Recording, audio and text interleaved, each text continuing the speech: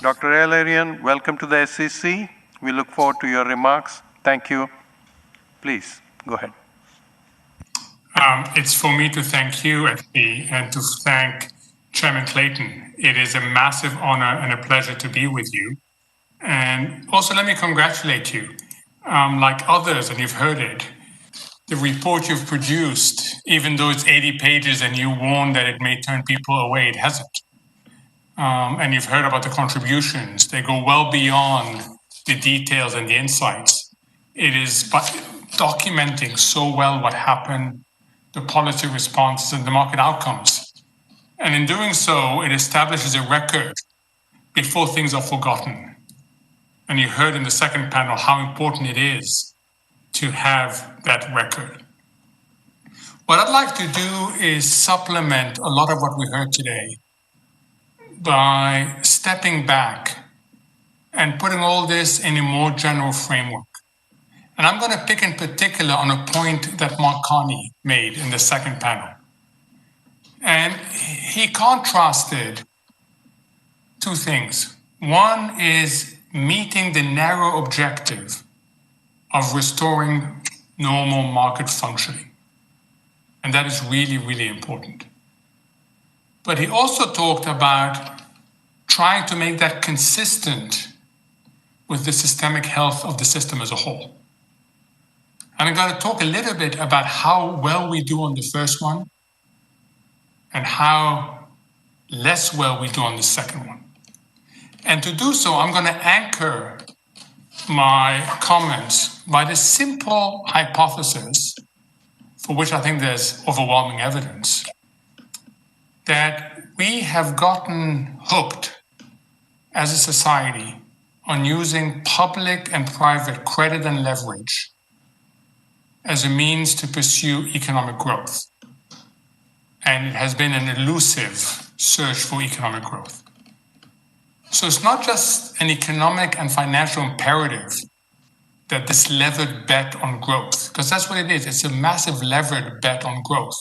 It's not just an economic and financial imperative that we get this right. It's also a social, if not socio-political imperative that we do. And you know as well as I do, this bet didn't start during the global financial crisis. It started years before. In the mid-2000s, we as a society fell in love with finance. We fell in love with finance as enabling economic growth. And in doing so, we went too far. And the reason we went too far really boils down to innovations, human behavior, and a regulatory misread. On innovation, it was the tranching of risk, the bundling of risk, the securitization that simply lowered barriers to entry. On the human side, it is something we see over and over again. The minute barriers to entry are reduced in activity, we, as human beings, for good behavioral reasons, have a tendency to overproduce and overconsume that innovation. And finally, there was a regulatory misread about efficiency, about self-regulation of the financial system, and about alignment of short and long-term incentives. And of course, this didn't happen in a vacuum. I remember the discussions then. And some of them suggested that finance was the next level of capitalism. Agriculture, industry, manufacturing, services, and if you are really good, you get to finance. Countries started to compete more actively to become the global financial center. And if you were small, if you were Switzerland, if you were Ireland, if you were Iceland, if you were Dubai, it didn't matter. You could borrow someone else's financial system. And the fact that we called it finance as opposed to financial services gave this notion that it's a standalone. Now, we know with hindsight that this overproduction and overconsumption of credit and leverage was associated with irresponsible risk-taking. And the global financial crisis was the moment of truth. And like Andrea said in the prior panel, you have no choice at that point but to offset shrinking leverage in the private sector deleveraging, disorderly deleveraging by inserting the public sector's balance sheet. And in doing so, we won a very important war, the war against a global depression. And that was a meaningful win. But we didn't establish the peace of growth that is high, durable, inclusive, and sustainable. So since then, what we've seen is rather than see an exit from the levered credit growth model, we saw it accelerate. Leverage has gone up, public debt has gone up, private debt has gone up. And of course, part of that was central banks. And what was thought to be a short-term bridging operation, waiting for the policymakers with the right tools to come in, instead has turned out to be something much longer term. In fact, it wouldn't surprise me if more and more people are going to talk about this paradigm of unconventional monetary policy as a no-exit paradigm. There's simply no way to exit. And with that has come the sort of market conditioning that was hinted at in prior panels. And since I'm in an academic environment, I will be more provocative than what we've heard. The usual mantra of don't fight the Fed has become rely on the Fed to cover your back. And every time the Fed has suggested that perhaps it could exit, the market has forced it back into intensifying the same policy response. Now, it's important. The Fed doesn't do that. The ECB, the Bank of Japan, the Bank of England, they don't do that because they like the markets. They just don't want the real economy to be harmed by financial instability. And the very impressive response that we saw in March, that we talked about today in this wonderful conference, simply reinforced this market conditioning. Yes, it worked in restoring normal market functioning and stopped a reverse contamination back to the real economy. But again, to quote Market Carney earlier on, it worked well in that narrow sense, but it did not work for the systemic health of the system as a whole. And the increase in the scope and scale of central bank intervention has suggested there is no limit to central banks protecting markets. And it is the entry into high yield in particular that had a huge impact, because high yield, by definition, faces much higher bankruptcy risk, default risk. And once the Fed goes into that marketplace, it is normal, unfortunate but normal, that the marketplace will extrapolate this behavior to other very risky assets. And we know that because of that, we have the biggest disconnect, perhaps in history, between finance and the real economy, between Wall Street and Main Street. And inadvertently, this has increased inequality.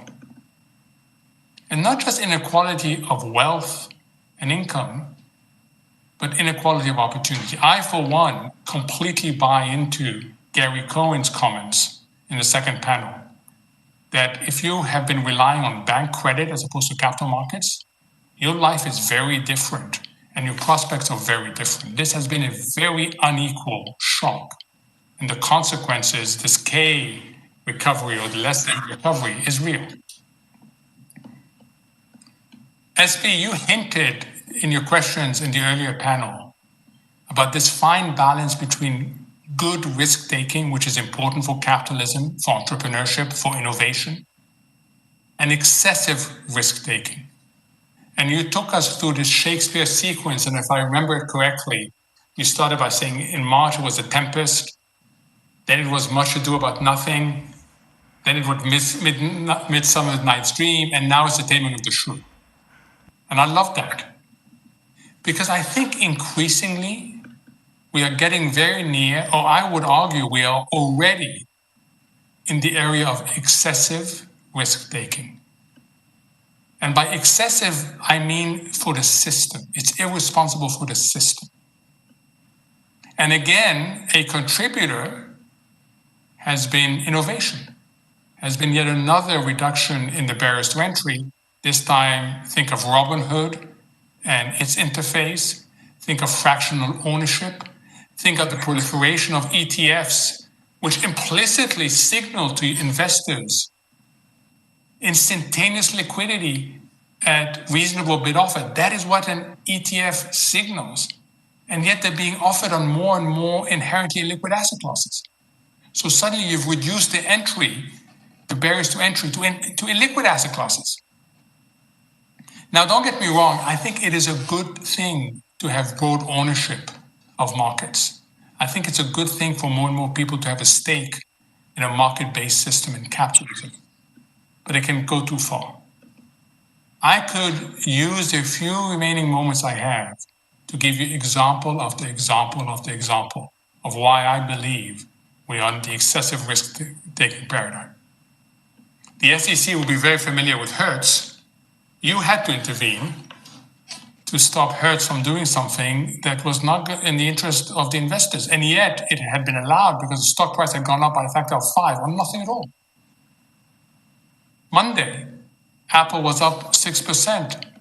Nobody could explain quite what happened that day. SPACs are proliferating all over the place and offering investors a really strange contract in terms of give me your money, but I'm not going to tell you what I'm going to do with it. The record level of corporate bond issuance we talked about has come at historically low yields, and companies that do not need borrowing, Apple, have issued debt. And why shouldn't they? We heard that the markets have been distorted to such an extent that it makes sense to do so and then engage in financial engineering. I even heard of an investor who I respect greatly, who said that for the risk mitigating part of their portfolio, they no longer rely on government bonds. They no longer rely on investment grade short-dated bonds. They rely on high-yield short-dated bonds for risk mitigation because, after all, they're under the Fed umbrella. And really, we as investors have all been living the dream. High returns, low volatility, and correlations that are broken, but broken in our favor. And because of that, the relative mindset is much more important than the absolute mindset. Many people no longer ask, am I being compensated for the risk? They ask, am I getting paid more than distorted government bond markets? So there is a serious question, and I was really pleased to hear from Natasha that is a question that is going to be looked at by regulators as to whether this repeated game doesn't sacrifice a very good thing, which is restore normal market functioning, for a bigger problem down the road. And if this levered bet is not validated by high and durable growth, we know that there's only 3 other alternatives, none of which are pleasant. One is austerity. The second is some combination of inflation and financial repression. And the third is default. So this growth bet is really, really important. And it's hard because today, this growth bet has a health element to it that is complicated. If you're a government, and I'm sitting right now in the UK, which is having enormous difficulty getting this right, you're trying to solve an equation with 3 variables that are interdependent. Public health, economic engagement, and individual freedom. Now, if you're China or if you're part of Asia where your culture allows you to take away the individual freedom because there's some sense of collective responsibility, or alternatively in China, you can just take it away because of the way you run your society. If you're only solving for 2 variables, it's a lot easier. But we're trying to solve for 3, which means we're not going to get it right anytime soon. Which means the economy isn't going to come back in a V-shape.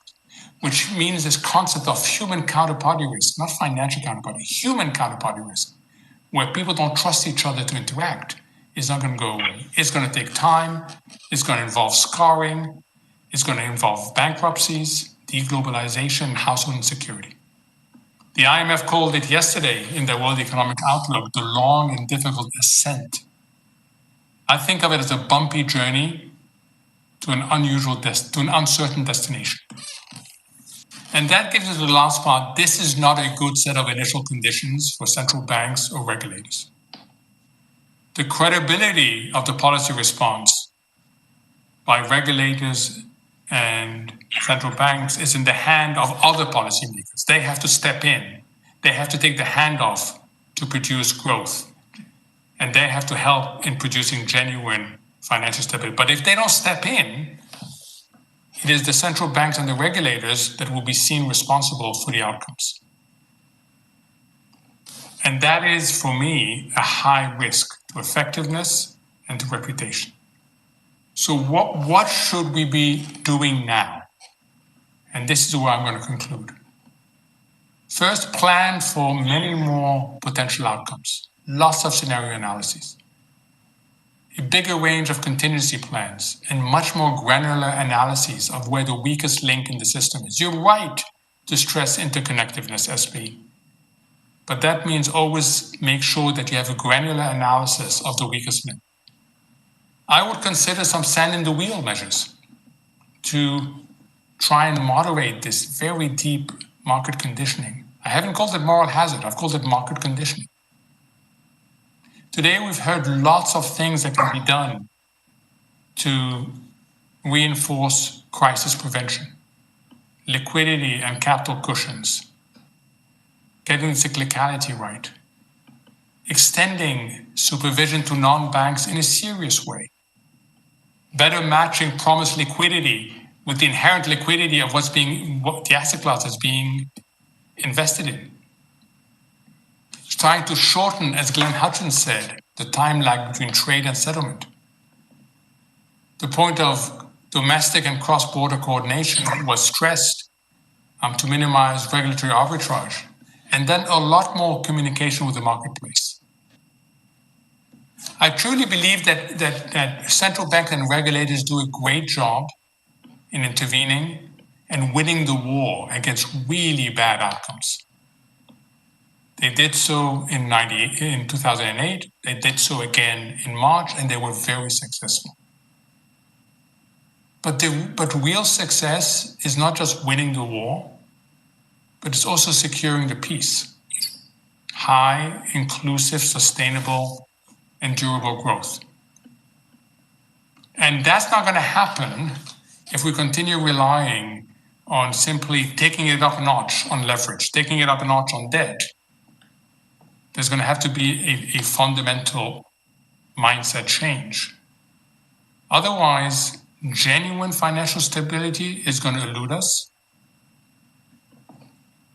And if that happens, I think that certainly my daughters and the ones after them will suffer. So thank you for today. We've learned a lot about how we can do things better. We've learned a lot in terms of documented what worked and why. And I would encourage you to go further in this. It may not be a popular thing to do, to overdo it, but overdoing it to the extent that it's a mistake is a recoverable mistake. Underdoing it is a non-recoverable mistake. Thank you very much.